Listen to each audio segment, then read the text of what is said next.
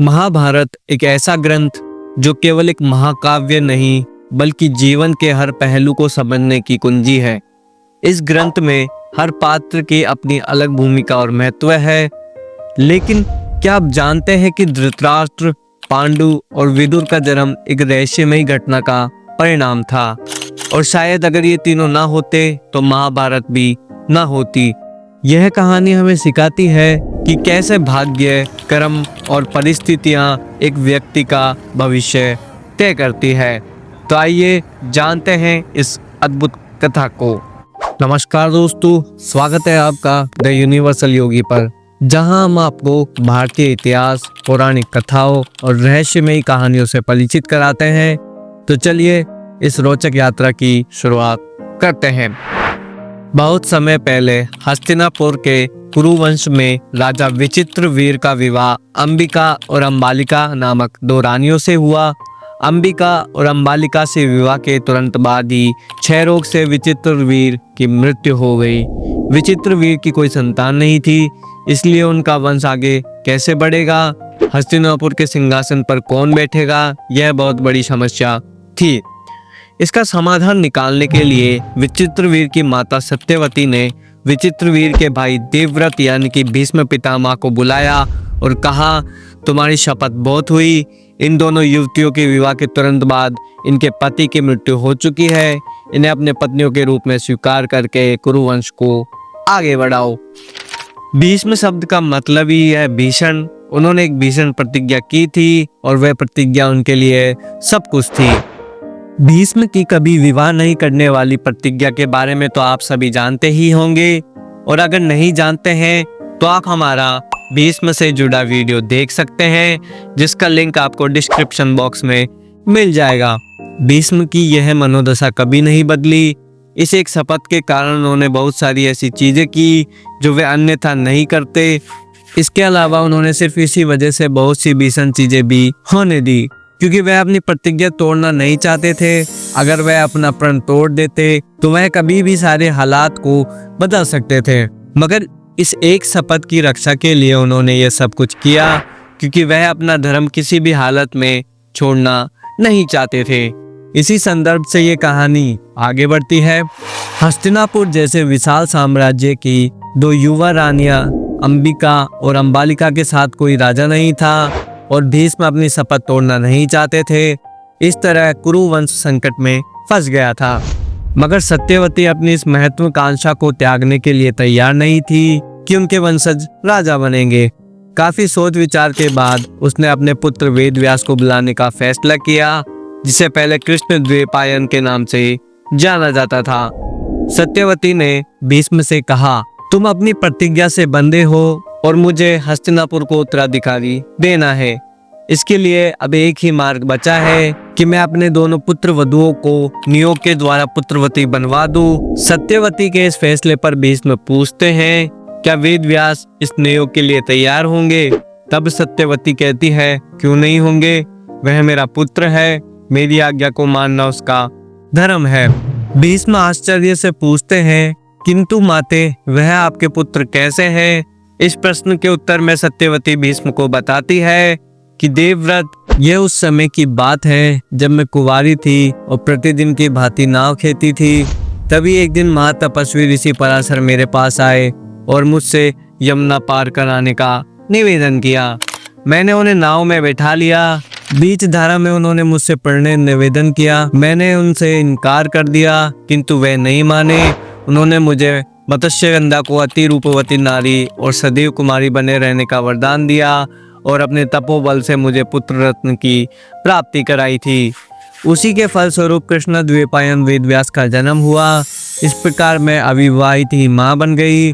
तुम्हारे पिता महाराज शांतनु से मेरा विवाह बाद में हुआ। सत्यवती अपनी कहानी सुनाकर चुप हो गई। भीष्म कुछ देर तक सोचते रहे। तभी सत्यवती ने कहा, पुत्र, नियोग द्वारा वंश परंपरा चलाने के लिए किसी पर पुरुष का सहयोग पाना शास्त्र सम्मत है। इस तर्क पर भीष्म कुछ नहीं बोल सके और कहानी आगे बढ़ती है। ऋषि पराशर का पुत्र होने के कारण व्यास भी ऋषि बन गए। वे जंगल में रहकर तप करते थे और तपस्या से उन्होंने काफी शक्तियां हासिल कर ली थी। 6 वर्ष की आयु में अपनी माँ को छोड़कर जाते समय उन्होंने अपनी माँ से कहा था, माता, जब भी तुम्हें मेरी सच में ज़रूरत हो मुझे याद करना, मैं आ जाऊंगा। इस बात को बहुत वर्ष बीत गए थे और सत्यवती ने उन्हें याद नहीं किया था। अब एक विशाल साम्राज्य में 2 युवा रानियां थीं और कोई राजा नहीं था। राज्य के प्रबंध के लिए एक अच्छा राज प्रतिनिधि था, मगर उस राज्य का कोई भविष्य नहीं था। आखिरकार कभी न कभी कोई आकर साम्राज्य पर कब्जा कर ही लेता। सत्यवती ने वेदव्यास को याद किया। व्यास प्रकट हुए। उन्होंने व्यास से कहा, तुम मेरे पुत्र हो, आज तक मैंने तुमसे कुछ नहीं मांगा, मगर मैं तुमसे जो मांगने वाली हूँ उसके लिए ना मत कहना। व्यास सिर झुकाकर बोले, आप आज्ञा दे माता। वह बोली, तुम्हें इन 2 युवा रानियों से संतान पैदा करनी होगी। मैं चाहती हूँ कि कुरुवंश में मेरा रक्त रहे, सिर्फ तुम ही बचे हो। मैं जानती हूँ कि तुम सन्यासी हो, मगर यह एक काम तुम्हें मेरे लिए करना होगा। व्यास ने बिना हिचकिचाए कहा, ठीक है माता, जैसा आप चाहें। फिर तय हो गया। सत्यवती ने युवा रानियों को इस बात के लिए बनाने की कोशिश की। उनके इनकार करने पर उसने राजमाता के अधिकार से उन्हें मजबूर किया। उसने व्यास को पहले अंबिका के पास जाने के लिए कहा। व्यास अंबिका के महल में गए। वह सीधे जंगल से आए थे। बालों में जटाएं बनी हुई थी। वह काफी भयानक लग रहे थे। उन्हें देखकर अंबिका ने डर के मारी अपनी आंखें बंद कर ली। जब उसने गर्भ धारण किया तब उसकी आंखें बंद थी, इसलिए बच्चा नेत्रहीन पैदा हुआ। सत्यवती एक बार फिर निराश हो गई। वह किसी नेत्रहीन को राजा कैसे बना सकती थी। उसने व्यास से कहा, तुम्हें एक बार फिर अंबिका के पास जाना चाहिए। उस बार वह तैयार नहीं थी। अंबिका एक बार और वह सब नहीं झेलना चाहती थी, इसलिए जिस रात व्यास को आना था उसने अपने शयन कक्ष में एक दासी को भेज दिया। व्यास ने दासी के साथ सहवास किया, जिससे विदुर का जन्म हुआ। इस दासी ने न तो डर दिखाया और न ही कोई हिचकिचाहट। वह पूर्ण श्रद्धा और आदर से महर्षि का स्वागत करती रही। परिणाम स्वरूप विदुर का जन्म हुआ, जो बुद्धिमान, नीतिवान और अत्यंत विद्वान बने।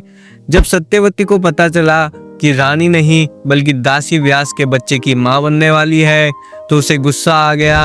यह बच्चा भी राजा नहीं बन सकता था, क्योंकि उसने किसी रानी की कोख में जन्म नहीं लिया था। फिर उसने छोटी रानी अंबालिका को व्यास के साथ संसर्ग करने पर मजबूर किया। उसे बता दिया गया कि उसे आंख बंद नहीं करनी है। जब उसने व्यास की ओर देखा तो वह डर के मारे पीली पड़ गई, इसलिए उसके पुत्र पांडु की त्वचा का रंग पीला था। वह वर्णहीन पैदा हुआ। इसके अलावा वह एक स्वस्थ युवक के रूप में बड़ा हुआ, मगर उन दिनों वर्णहीनता को अशुभ माना जाता था। वह एक महान योद्धा बना, मगर उसे राजा नहीं बनाया जा सकता था। उन दिनों यह माना जाता था कि वर्णहीनता एक बीमारी है और एक बीमार व्यक्ति राजा बनने के योग्य नहीं हो सकता था। दासी से जन्मा विदुर बहुत बुद्धिमान और विद्वान युवक बना, जिसे शास्त्रों, वेदों और राजनीतिक व्यवस्था का अच्छा ज्ञान था, मगर वह भीष्म से युद्ध कला सीखकर योद्धा नहीं बन सकता था, क्योंकि युद्ध कला सिर्फ क्षत्रियों को ही सिखाई जाती थी। विदुर जन्म से ही न्यायप्रिय थे और धर्म शास्त्रों के महान ज्ञाता बने। हालांकि वेद व्यास द्वारा किए गए वरदानों के बावजूद वे कुरुवंश के सिंहासन पर नहीं बैठ सकते थे, क्योंकि वे एक दासी पुत्र थे। लेकिन उनकी बुद्धिमत्ता और नीतियों ने महाभारत में महत्वपूर्ण भूमिका निभाई। अगर इस नियोग से धृतराष्ट्र, पांडु और विदुर का जन्म नहीं हुआ होता, तो ना ही कौरवों और पांडवों का युद्ध होता और ना ही महाभारत का ये इतिहास लिखा जाता। ये कथा हमें सिखाती है कि जीवन में जो भी होता है उसके पीछे कोई ना कोई कारण अवश्य होता है। महाभारत की ये कहानी एक पौराणिक कथा नहीं बल्कि एक पूर्ण जीवन संदेश है।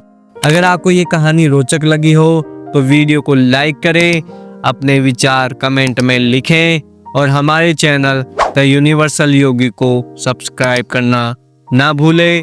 मिलते हैं अगले वीडियो में एक और रहस्यमयी और प्रेरणादायक कहानी के साथ। धन्यवाद।